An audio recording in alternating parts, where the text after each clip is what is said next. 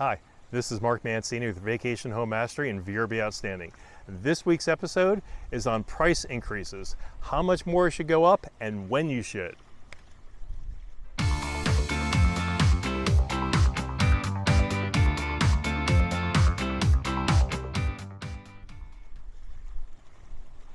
So welcome back. Now this week we're talking about price increases. We're not talking about decreases, we're not talking about pricing, we're talking about price increases, okay? The price of everything pretty much goes up. When's the last time you paid less for a car than you did 10 years ago, or for a house? Nope, you're always paying more money. And that's the way things are. You make more money, the minimum wage goes up, the cost of everything else goes up, okay? So your rent and your rates need to go up as well. Key things to note is when to do that and how much to do it. I've been doing this 11 years, and I found that each and every season, what I have to look at is my saturation rates, okay? How quickly am I booking for the previous season, all right? Now, for a while, what I did was I had a spreadsheet, and I would put the date I got a booking, and for what date it was, and what the price was, okay? And by doing that, I got to see which weeks were the most popular. People were going further out to book. Was it July 4th week? Was it the end of June? Was it Christmas or Thanksgiving or any other time? Okay, so by doing that, those people, you find out what the hot weeks are, and if they're booking a year out, and my previous home I had, we were booked from March through October, a year out. Now, we did that, and again, it's going back to finding which weeks are hot. So the earlier they're booking certain weeks, those are the ones you're going to want to increase, okay? You're going to look at those spots and create different rates for those weeks. Now, with a PMS like OwnerRez, you can have different seasons and adjust those rates. Back when I had my house in South Carolina, I think I had about 18 or 20 rates per year, okay? Depending on what part of June, what part of July, what part of August, September, etc. in the spring. So there was definitely a lot of work that needed to be done there. The other thing we're going to talk about is planning your calendar, how far out you should go ahead and have your calendar open. Now, I recommend a year, all right? Some people may do 18 months, but I like it more at 1 year, okay? But you also want to make sure when you're doing your price increases each year that you're doing it for 2 or 3 years ahead, so if you forget, at least you're covered. Again, having an OwnerRez PMS will allow you to create seasons, and then each year you just copy and increase those rates. It's a lot easier, but always try to do this a few years out, even if you're just speculating at first. The last thing you want to do is have someone book and have the rate too low compared to what you wanted to charge. You could always bring the price down, but bringing it up after they booked is something you can't do. Now, there's a couple ways you can look at how much you want to increase the rates. Number one, you want to look at your comps, okay? Are the comps by you increasing the rates, and how much are they going up? 5%, 10%? Are they staying the same? And can you just justify raising your rates because you have all 5-star reviews?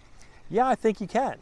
If you've got more than 10 5-star reviews and you want to charge $50 more per week, which is an extra $350 a week compared to your competition, I don't think there's anything wrong with that, because people are willing to pay for that 5-star experience. Now, one of the most important things, we touched on this in our accounting episode right there below, all right, our accounting tips and secrets, is the importance about having QuickBooks or Quicken to manage your property.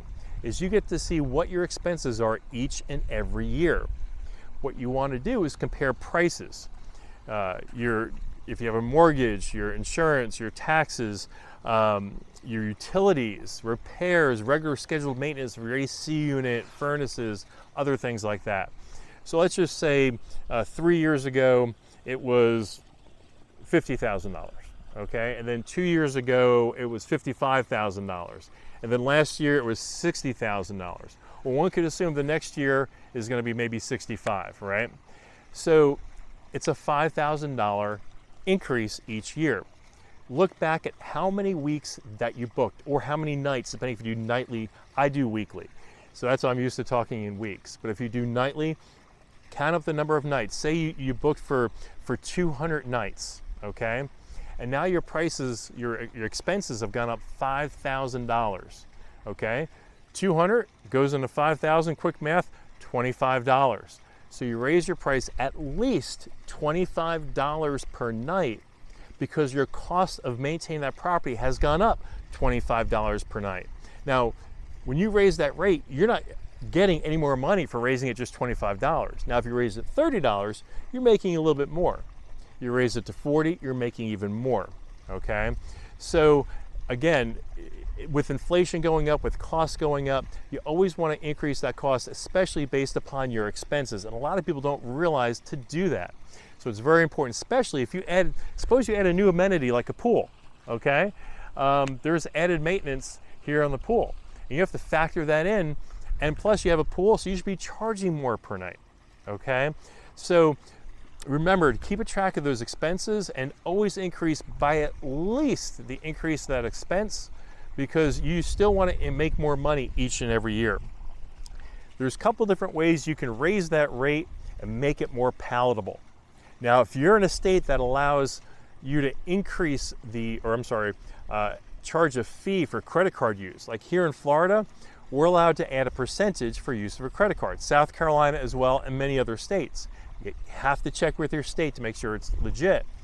Again, if you're API integrated with Airbnb and VRBO, the checkout process goes through your quote system and they'll be charged with that information that's on there. So for instance, with VRBO, we charge, and direct bookings, we charge a 4% credit card fee, okay? So rather than raise our rates this year, we added the 4% credit card fee. And a lot of stores and a lot of restaurants have that. In fact, so many have it in Florida and South Carolina that you actually have to look, especially you have to post it at the door when you walk in, because it is literally everywhere, all right? So you're not the only person that's gonna be doing this. A lot of other people are doing it too. Where else can you raise rates?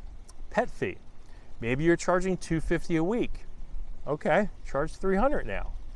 Okay, always charge a little bit more. I charge $350 a week for up to 2 dogs under 50 pounds, okay?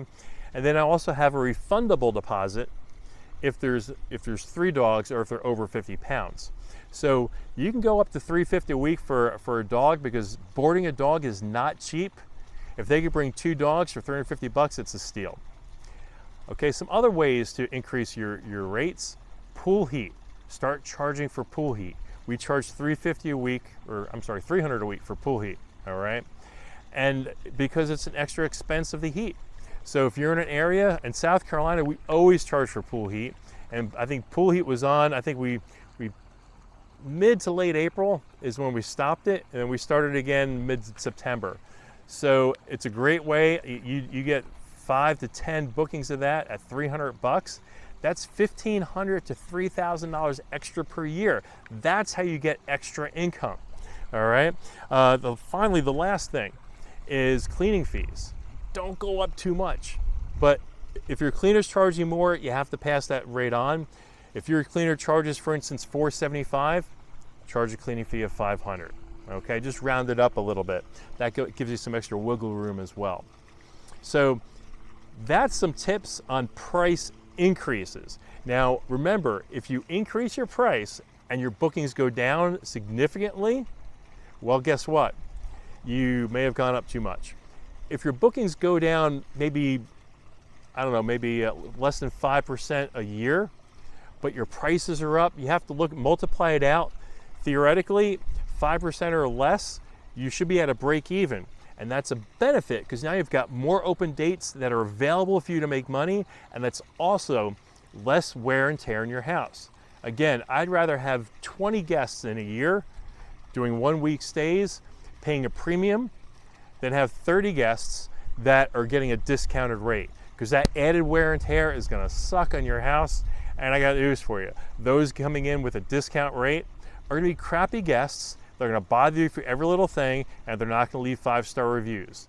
Charge more, get the 5-star reviews, get their better quality guests, and don't be afraid to raise your rates, and never apologize for your rate. This house you're offering is spectacular. I know it is, because you're spending your time here watching my video to make yourself better. And don't forget, we've got our Vacation Home Mastery course. It's only $97, 12 steps guaranteed to get you more bookings and more money or your money back, okay? So go to vacationhomemastery.com, sign up for that. And remember, I want you to hit the like and subscribe button, ask any questions, make any comments, and don't forget, next week we'll come back with a new episode.